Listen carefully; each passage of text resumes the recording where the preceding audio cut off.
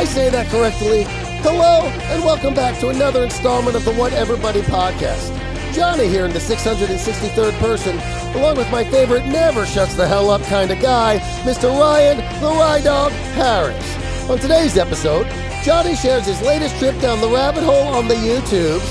Have you ever thought of what it might be like to play a concert in a maximum state prison? Well, Johnny Ryan lived to tell you all about it here on the podcast. So the time has come.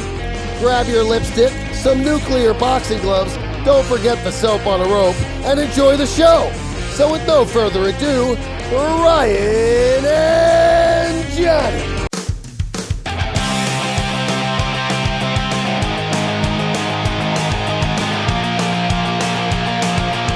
Well, welcome to the What Everybody podcast, everybody, and you What's just up, came dude? in at the best time. Ryan blow dries his hair. Do you know what would happen if I blew? Do you know what would happen if I used a hair dryer?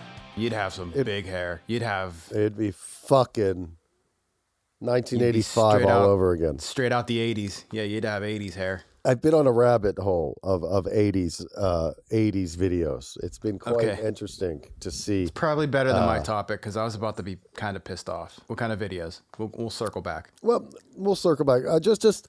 I've actually even gone past the 80s back into the 70s with these Kiss videos that they have. I don't know where they came from, but there's like these Kiss documentary videos that are narrated by Gene and Paul, which is pretty awesome. But they show all sorts of footage I have never seen. They have like this section that's like 1973, 1974, 1975, 76, and it shows you all of this footage that I've not seen. It's like basically they took the Kisstory book, if anybody knows what that is, and they've made it videos. Remember when that book Kisstory came out? It was a big deal because it was like before the internet. It was like, oh my God, look at all these pictures and all this stuff. It's amazing. How much you pay for that? Yeah, how much you pay for that? How much you pay for that? I got that as a Christmas gift. Thanks, Mom and Dad. I don't know what they paid for. It's probably like $100 or something. Oh, dude, that's way more than $100. Just the book itself's $100. You said a box set? We're talking Kiss. It might have been upwards to $1,000. Dude, I'll go get it. I'll go get it right now. Do it. All right.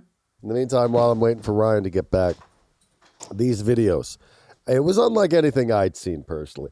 I really enjoyed like seeing like behind the scenes footage. Like, you know, you always heard they didn't do, you know, nobody ever saw him without makeup. They had this interview on there of like some like guy interviewing him in like 1975, 1976, their backs to the video camera, and there they are, you know, like being interviewed without their makeup on, and I couldn't see them without their makeup, but the interviewer could. So he could go around and tell people what they looked like. I mean, what's he going to draw a sketch or something? I mean, it's kind of fucking crazy or whatnot. But yeah, if anybody hasn't had a chance to check this stuff out, it is on YouTube, and you should check it out because it is pretty cool stuff. Yeah, Ryan, I've been talking the whole time you were gone about this Kiss stuff. That's awesome. Don't test my fandom. It's right here. Oh, wow. Look at that. Check it out. Yeah. So, all right. It's all clean. Topic. There's not a thing of dust on there. Not at all. Dude, it's as good as the day that I got it. It has and then I returned your Paul Stanley book, and you were probably like, "This is not the condition I gave him this book in." No, you gave it back to me fine. You gave it back to me fine. I didn't give you the paper cover intentionally because that wouldn't have made it back. But 4-disc set. But this was like, this box What is set, on those discs that make them special? They have like demo versions. This is what got me interested in hearing demo versions of like songs. There's 5 discs. I thought there was 4. Oh, you don't even know what's on the 5th one. What 5 discs of what? Do you want to tell me? Would you like me to rattle off the track titles? Well, give me the disc and the title of the disc in like years or whatever like they're broken into. What are we talking about? And then disc one got Gene on the back is 66 to 75. So that's like Wicked Lester and shit. Yeah, like Wicked Lester songs on there. Well, like She was a Wicked Lester song, and then I guess it really? Like, I didn't know that. Yeah, She and Watching You, I believe. Okay, so let's speed this up. Okay, it says disc 1, 66 to 75. Disc 2, 75 to 77. What's on? All right, so what's on disc 1 and disc 2 so far? that jumps out at you? Like just one thing that jumps out at you. Disc one is like the first 3 albums. So it's like Strutter, starts with Strutter, which is off their debut, Deuce. You know, they have some songs that aren't. Are they aren't just released. like? Is it just basically like greatest hits though? It's like no, because there's like Keep Me Waiting is a Wicked Lester song. Lover All I Can. Actually, that made it onto Dress to Kill. Lover All I Can. Right. We're nerding out. Moving on. All right, cool. Disc 3. Let's go to disc 3 now. Yeah, disc 2 is like what I want you to tell me what's on like these. This is what I want to know real quick. What I want to know is I want you to look at the cover and say what is the unreleased thing on there. Like I want to know what makes what's new. Like what makes it worth what makes buying? this box set? Like what's making me go buy the same songs I already own 5 times over?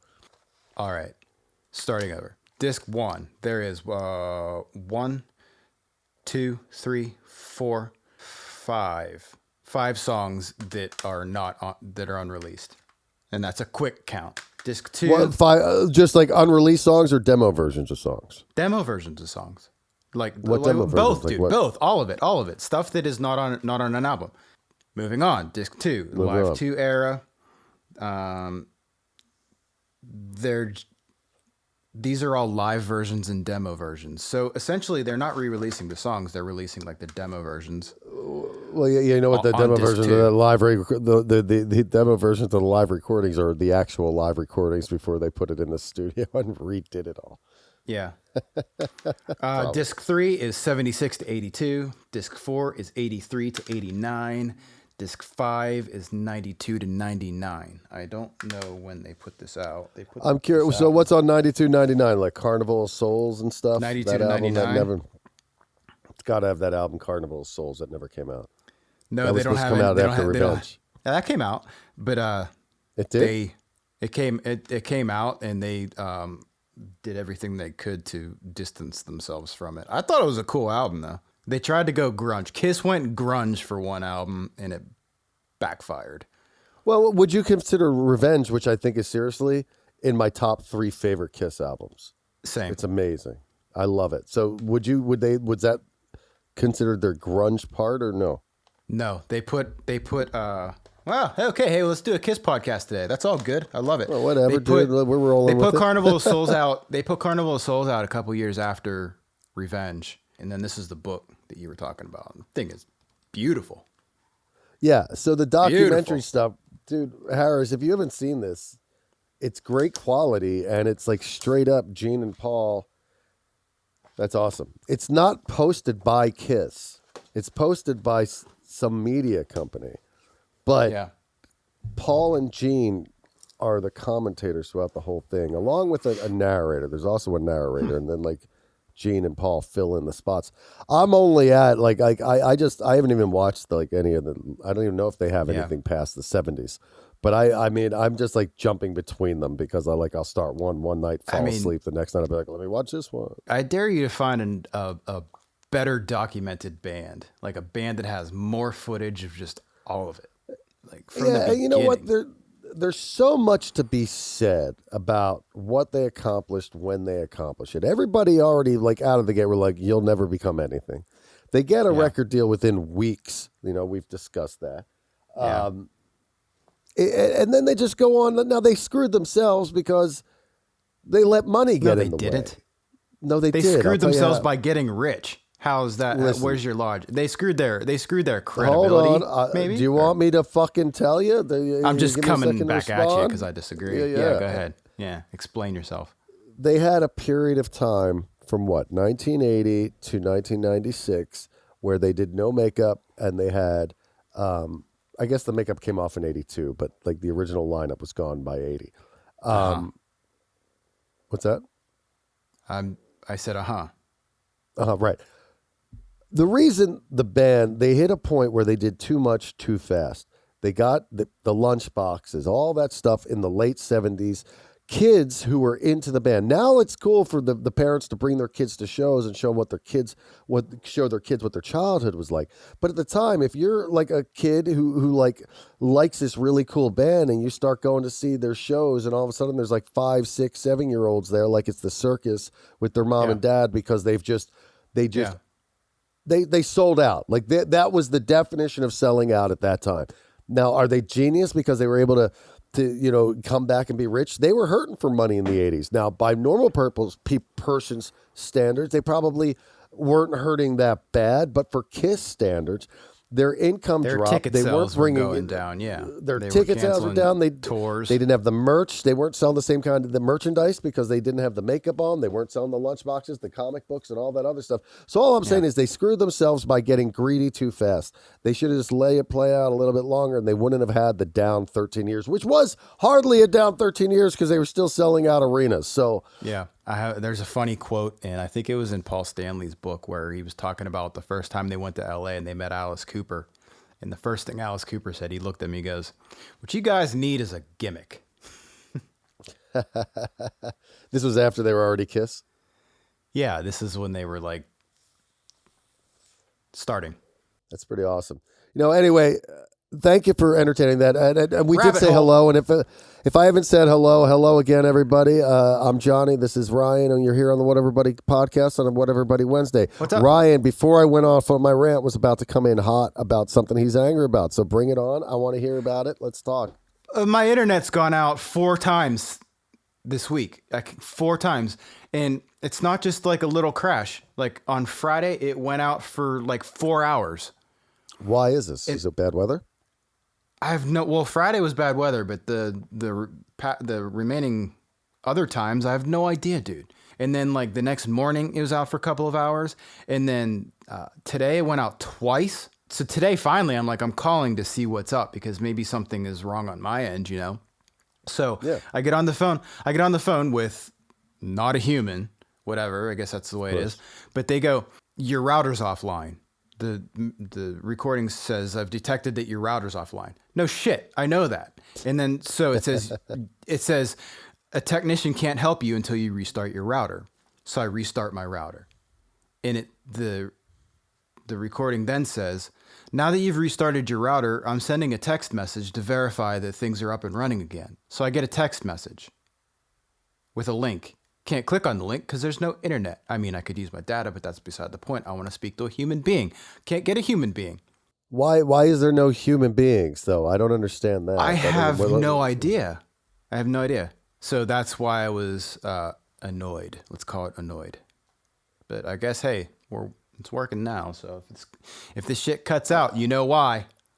So Ryan hasn't informed our nice listeners how I today was late, as usual. I am late a lot, but it didn't bother me. Whatever. Well, no, it didn't, but it sounds better. I was about to text Ryan this morning that I was going to be late, and I beat you to it. I went to go text, and I literally had the phone in my hand, and I got a text that was like, "Hey, man, I'm 20 minutes behind." I was like, "That's perfect. I just got out because of my internet." What had happened was I got up and I literally thought it was 8 o'clock. And then I was on the shitter and I looked at my phone. I'm like, it says 9 o'clock. I'm like, that's what happened.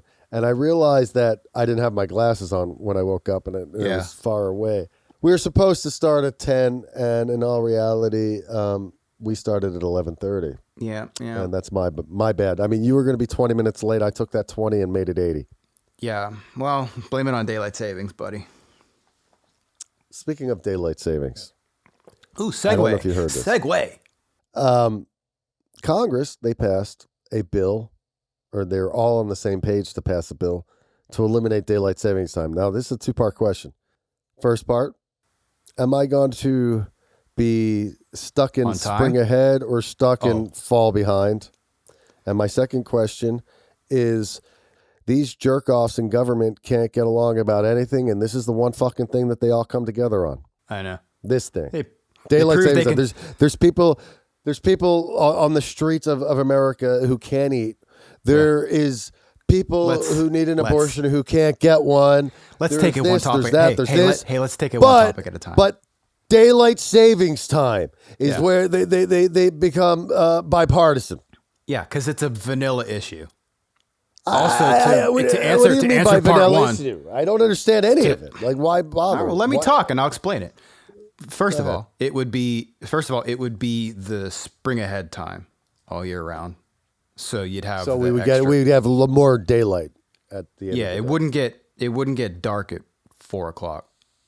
If this happens, it would take place in November of 23. So, if it gets passed, or if it gets signed by the president. Do you know the only state in America that's already like this? Yes, I do. Arizona. Dude, quit coughing. Quit coughing. Quit coughing. That's right.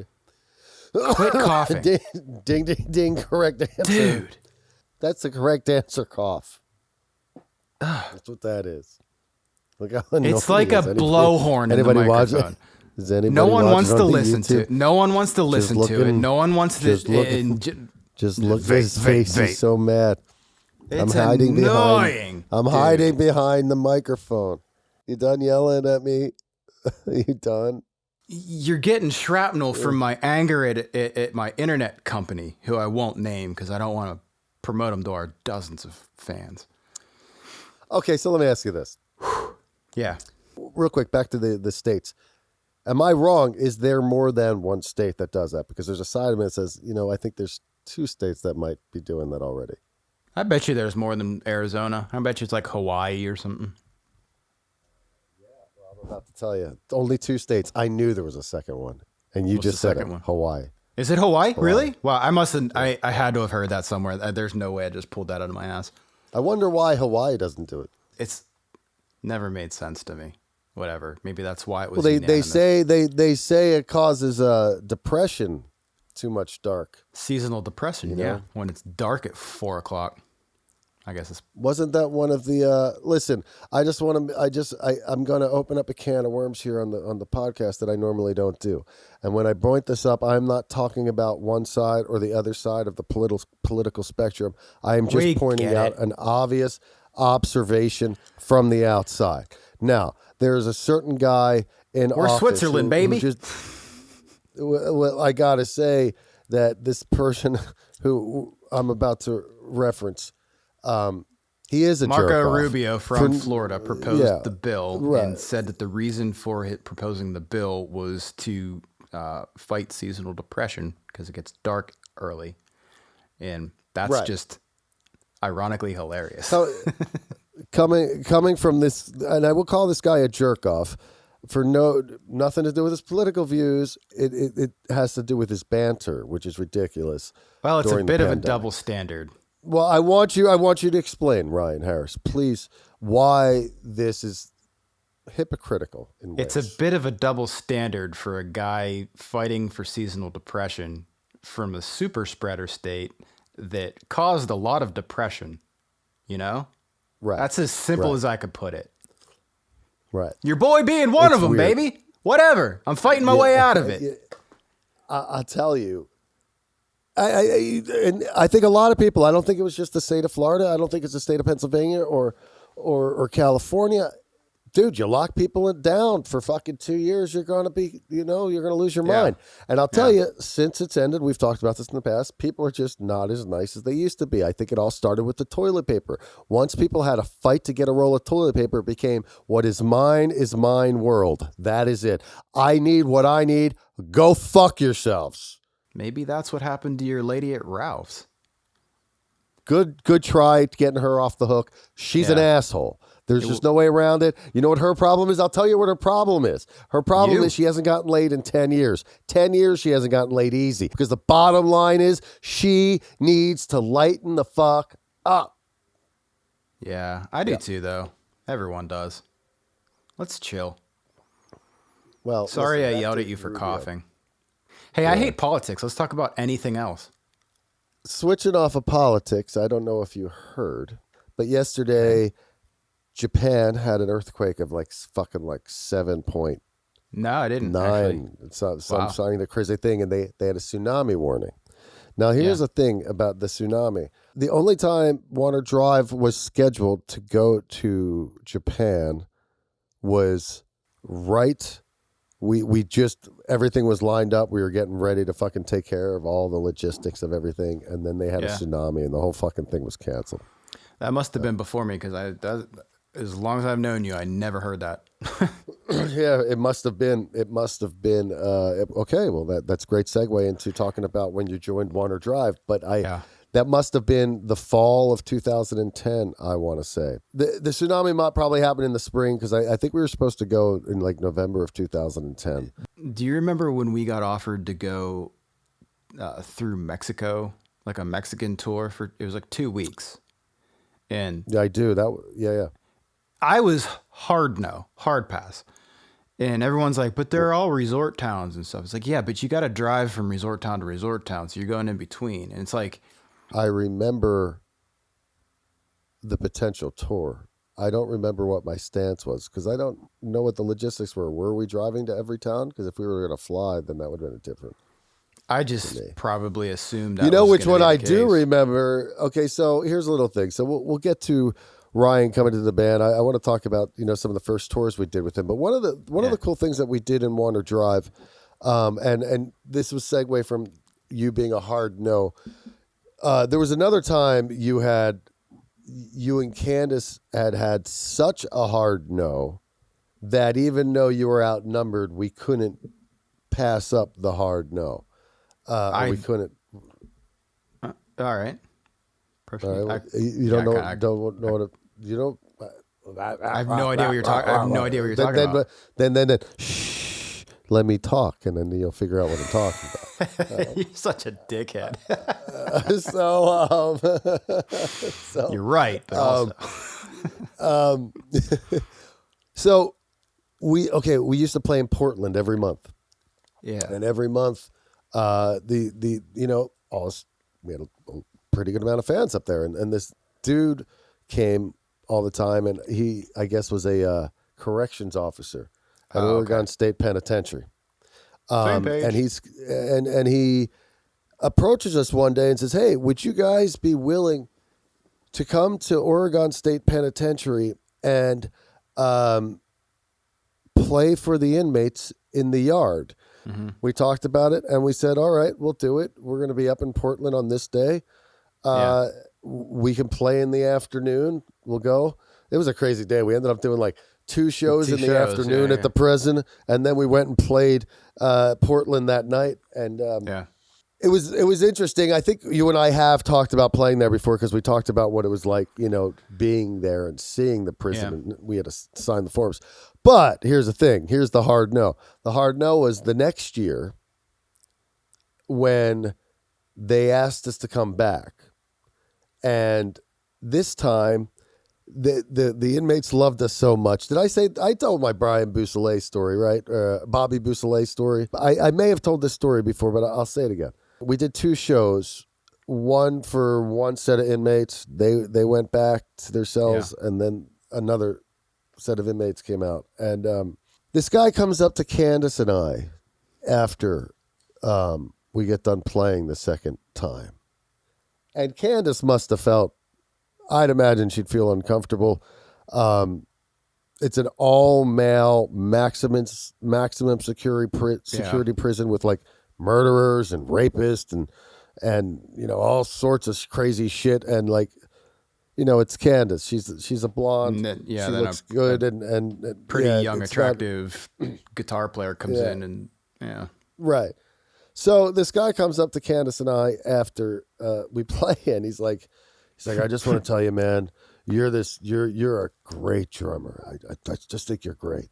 And I forget what he said to Candace. We'll have to ask her about it sometime. So then he walks away, and the guard comes up to me and goes, "Do you know who that was?" And I'm like, "No, who?" He goes, "Bobby Bousselet. Google him." So when we left, I Googled Bobby Bousselet, and it turns out he's part of the Manson family. He was in prison for meth deal gone wrong, but the murders by the Manson family, we all know, were actually, they were an attempt to make it look like the Black Panthers did those murders so they could make it look like they also did Bobby Bousselet's murder, and Bobby Bousselet could get out of jail. Like, it was like this whole like thing. He was the first Manson family murder, correct? Yeah. Like he was the first one. Like the not the Tate or Bianca murders, but the one, like, if he didn't commit murder, there's a world out there that would believe that the other murders wouldn't have happened because those murders were the blood on the wall and all that. That was supposed to make it look like the Black Panthers did it. Yeah. And it was supposed to like tie in to make Bobby Beausoleil look innocent. However, I Google him. I shook the hand of a murderer who's from the Manson family. Like, that's kind of fucking freaky. So, buddy, I didn't think of this because you sprung this story. I like the story. It's a fun story. We'll keep continuing telling the story, but real quick side note. A couple weeks back, we talked about I met O.J. Simpson. We're kind of name dropping. Whatever. It is what it is. I met O.J. Simpson, and you gave me shit because you were like, you shook his hand, and you were cool with that. And it made me think like, yeah, why was I cool with that? But you had that. Here's the difference. You shook a murderer's hand. Fucking hold the fuck up. Yeah. Hold the fuck up. Yeah. When I shook the hand, I didn't know whose hand I was shaking. When you shook the hand, you knew exactly whose hand cut what throat and stabbed another man 30-something fucking times. You knew this. Yeah. But you knew you were in prison speaking to an inmate. Yeah, he just looked like an old man. It was weird. You know? Yeah. Dude. I remember going in and they said under no condition they wouldn't let us in if we wore blue jeans. Like any kind of jeans. Why was that? I remember that now, but why was that? Because that was the color that the inmates wore. And they said as a safety precaution, any visitors, like if stuff goes down and snipers got a snipe, they don't want to aim for They also made us wear fluorescent fucking like yeah. Like I'll try to find some pictures. I think I have some pictures of that. It was weird. I also remember I had to give we had to give an exact detailed list of everything in our gear. Like all the way down to how many batteries do I have in my electronics box for my click and shit? How many cables? Like how many guitar picks? How many drumsticks? Like fucking like insane. Now think about it. If anybody got a hand of a fucking drumstick, they could fucking make a shank out of that fucking thing. You can make a weapon out of so much music gear. It was weird. That was one of the weirdest shows. But okay. Yeah. So like you go through the insertion process of getting into the prison, which was a long process. Yeah, there's like several steps to it, and then there's a final. Oh God, yeah. There's a final door where it's like you're now in the prison. You know what I mean? I'm explaining it weird, but like so they shut that final door, and we go into this little like it was like a little common area, and it's like, oh, I'm in prison now. The only way I'm getting out of here is with a guard saying like, yeah, this guy's good to go. It was a weird feeling. I remember walking through that process and like, I don't know if you remember this, but like in that same area when you get through that door, when we got right through that door, the visiting area was to the right. I remember seeing like this outdoor visiting area that was like, it was enclosed, but it was outdoors. It was like almost like in between two buildings, maybe the size of like 15 feet at the most, with a couple of benches.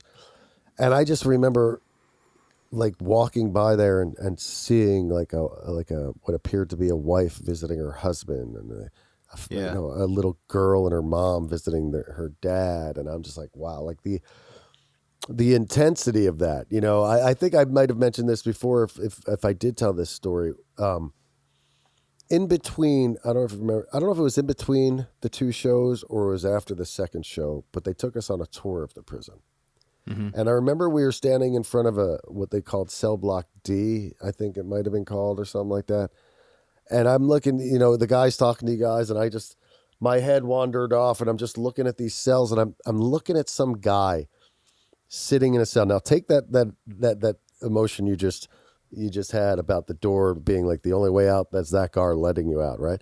Yeah. Now put yourself in what was like, there's no other way to say it except it's a cage. You're in and they're not big at all. It's like dude, like no wingspan cage. Like, it's like this. It's like wingspan. Like that's how big you have. Yeah, exactly. And it has a bed and the guy's just sitting there. There's no TV or nothing in this fucking thing. And he's just sitting there on his bed reading a book, and I'm like, all I could think was like, that dude is going nowhere. Nowhere. He is stuck in that small. I would lose my mind, bro. Dude, listen. If I knew I was going to prison for a long period of time, I really do think I'd commit suicide before it ever happened. It's an interesting experience. I don't remember being a hard pass on that though. Not that one. The next one. The next year, they asked us to come back. Okay. And this time, I still don't remember. Hold on, I'll tell the story. The inmates really loved us, so much so that this makes me feel bad. Before we ever agreed to it, now it's fair to say that they did this before we ever agreed to do or not do the show. They only were letting 150 guys go. Now there was a lot more than there was like I don't know, maybe 1,000. It was like a good behavior groups. reward or something like that. Right. And 150 guys won a ticket to go see us play. Hey, wait, while you're telling that story. We never made it there. However, we talked about going. And you and Candace were an absolute 150% refused to do it. I had a lanyard. I was looking for the lanyard. I had the lanyard for like the little get in pass. Yeah. I really don't remember being like hard pass. Unless I'm getting you confused with another guy in the band, I'm pretty sure it was you though. And I remember fighting for it. Like come on, my whole thing was always like, there's a lot of bad people in there, but if I can they're still human beings to me. Yeah. And if I can make them forget where they are for 1 hour of their day in their life and actually make them feel like they're not in prison for fucking 1 hour. And I remember the other argument I also always used to, what was saying at the time was like, what about the one guy who had one too many fucking drinks one night and is fucking just like fucked? Made a mistake. Yeah. Or somebody who's innocent. What if somebody's like, I didn't fucking do this? Yeah. Maybe he's out now, but I don't know. I just always tried to see the human aspect of it and not the criminal aspect of it. Well, if I was a hard pass, I guess my logic would probably be like the Bobby Boussolet thing. It's like I don't want to play for that piece of shit, Yeah. That makes me judgy. I get it. Call me Judge Judy, but does that make me a dickhead? It makes you a dickhead if he actually fucking earned a ticket by fucking being good behavior and stuff. Yeah. Because the bottom line is maybe people go to prison to get what's the word? Not fixed. Rehabilitated. Exactly, rehabilitated. People might actually get rehabilitated. Look at Red from Shawshank Redemption. Red was here. Yeah. What a great movie. Favorite line. Well, my favorite buddy, line in a movie ever. Let's leave it at this. I played 2 shows for them.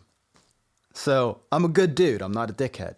I'm not saying you're a dickhead. Yeah, hey, listen, you just did. I do want to say I understand something. I'm going to come to the defense of Candace here. Whatever her reasons might have been, I can understand her being a woman not feeling 100%. comfortable in that situation. 100%. Yeah, 100%. Should have done it as a 4-piece. No, come on, dude. Candace, we'll meet you at the gig tonight. Stay at the hotel. Yeah. We had to give We're gonna go tell you this. We had to give our phones over, right? I'm trying to think of all this, like the stuff they wouldn't let us take in. Like we had to take watches. Oh, we definitely did not have our phones. Yeah. Nothing. And I want to say we might have even been patted down and searched and shit. They finger your butthole? No, but we definitely walked through like. Yeah. Me neither. Me neither. They didn't do that to me. That's where you went for 20 minutes. Dude, you know what the most striking thing though was about that was when they said, just so you know, if they take you hostage, we will not barter for your life. And I had to sign a piece of paper that agreed to that. Yeah. That freaked me out a little bit. Well, also, dude, we're playing and they had snipers like in towers. So it was just like they weren't. I mean, that's just the way that it was. Well, they weren't doing anything out of the ordinary. But yeah, they were. Listen, jamming, I'm dude. sure it's not the first time we had dudes with guns watching us play. You know, we've that the played weirdest- Arizona many times and Texas. We played Texas. There have been guns at our show. Is the prison the most unique call it show that you've ever done? Man, if you have an answer for that, I'm thinking while I'm thinking of mine, because this was wild. I played a barn one time. It was like, dude, I played a barn not too long ago in 2019. you're like, what's weird about that? No. We played this thing called "Shit Goes Down at the Lakes." It was this. That's biker, worse this than a prison. Shit goes down at the lake. Yeah, so this motorcycle club that we're friends with, the MC Heads out in England, they have this thing every year. It's like an annual thing, and they asked us to come out. They all go up to this lake and camp for the weekend, and then they have bands play. And we happened to be on tour over there at the same time. So we went out there and we played, and it was crazy, dude. There was like bales of hay everywhere. I think that's what they call them, bales, right? Big fucking things of hay. And fucking the singer of the band. The only time I ever played a show with the singer of a band who couldn't stand up at all for the whole show. Oh, like substances? Well, we drove through the night to get there, I think. And when we got there, it was like morning. We all went to, we stayed in the RV and slept, and he went around and hung out with everybody, and they got him plastered. So by the time we went on stage, it was bad.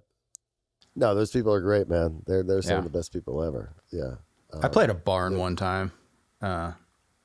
Dude, so I had a space heater is little for a house, but it was like a big, like, kind of outdoor furnace type thing, like, because it was in October. I just remember my guitar, it's cold with heat, just zero tuning. Could not stand tune. I don't know if I ever told you this. When Chad and I used to live at this house out in the middle of the woods outside of Philadelphia. Mm-hmm. And it was the weirdest house ever, dude. It was like a miniature house. If I put my arm up like this, my palm would be flat on the ceiling. Like, it was like the weirdest, like, it was just very strange. It must suck to be really tall, because that's how life would always be. But we had a barn on our property, and we used it for our jam room. Thank God I'm not allergic to bees, because if you're allergic to bees and you get stung, what happens is it closes your air tunnel in your throat. It makes your neck swollen and you can't breathe. Well, I was playing drums at band practice, dude, and no lie, I got stung in the fucking neck. If I was allergic to bees, like right on the neck, if I was allergic to bees, I would have instantly died. Yeah. Instantly. Yeah, didn't know. Anyway, we're going off the rails. We're off the rails. Back, rewind. How did we get to the barn? I asked you if the prison was the most interesting place. or most like oddball show that you've ever done. Yeah, I mean, I don't know if I can top one more than playing in a prison yard at Oregon State Penitentiary with a murderer from the Manson family coming up and telling me I'm a great drummer. I really don't know what tops that. It's an interesting experience for sure. It's for sure interesting. Yeah, I mean, good story, dude. Yeah, I don't know what else would top that one. What is the first standout memory of your time in Warner Drive? The first time we jammed, and I walk into a room with you guys there, met you all for the first time, and Elvis helped me. Was it welcoming? Yeah, Elvis helped me like get my gear set up. I was like, "Wow, dude, helped me set up my gear. Cool." It was just like what's it called? Like it was a good icebreaker, you know. Then we did a warm up show, and then we played the Roxy, and I remember playing the Roxy. What was your first show? Was it that cancer tribute or cancer benefit show? Was that your first one? Yeah, correct. It was in Riverside. Mm-hmm. No, that's wrong. That's totally wrong. My first show was in Phoenix. We played in Yeah, we played 910 Live in Phoenix, and then we did the benefit show, and then we did the Roxy. So the Roxy would have been my third show. And then the next morning, I got up at like 5 a.m. and flew home because I was in a wedding. Was that your first time ever playing the Roxy? That was my first time playing the Roxy. Yeah. I'm driving down Sunset to go do load-in and sound check for that show. And had the radio on, and a song comes on the radio, and it was like it didn't strike. It was like it was familiar right away, but didn't like it wasn't automatically like, oh, that's whatever. And I pull into the Roxy, and I'm like, oh wait, it was our song. It was Cherry Monroe Satellites was on. Oh wow! While What I'm pulling into channel the is it? Roxy. What was it on? I don't remember, but it's satellite radio. You didn't realize it was your song? I did, but like I said, it was like it came on, and it was like it struck a familiar chord, but I didn't right away go, that's my song. I just thought like familiar, and I was like, oh shit. And it was cool because like I'm pulling into the play the Roxy with a new band, and then like I heard my old band on the radio. That is pretty cool. Know. It's just like, yeah, it felt good. That is cool. Yeah. And then we went on tour in July. Let's talk about that later though. This is getting long. As we've said before, it's too much to put into one episode, you know? I always love talking about this stuff, and we'll continue to talk about, more about us and what we've done and live through some of these experiences. I want to thank everybody for listening.